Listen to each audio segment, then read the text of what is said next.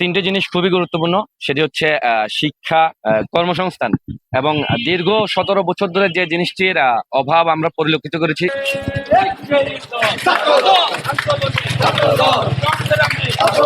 বর্তমান সরকার যে ইতিবাচক উদ্যোগ, সেই ইতিবাচক উদ্যোগকে স্বাগত জানিয়ে আমরা আজকে আমাদের শুভেচ্ছা মিছিল করেছি।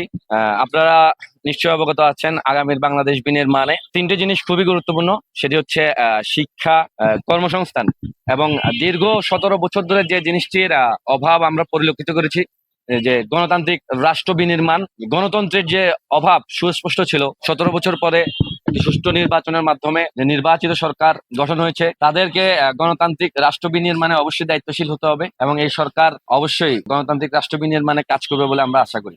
যেখানে কোনো পরিবর্তন দরকার, সে পরিবর্তন যাতে ঘটাতে পারে এবং নতুন করে বিভিন্ন সংস্কারের মাধ্যমে শিক্ষা, কর্মসংস্থান এবং যে গণতান্ত্রিক রাষ্ট্র বিনির্মাণ, সেটিতে যাতে সরকার খুব করে ফোকাস দেয়, সেটিকে শুভেচ্ছা জানিয়ে আমরা একটা বিজয় মিছিল করেছি। শিক্ষায় সরকার জিডিপির 5% ইনভেস্ট করবে গ্র্যাজুয়ালি।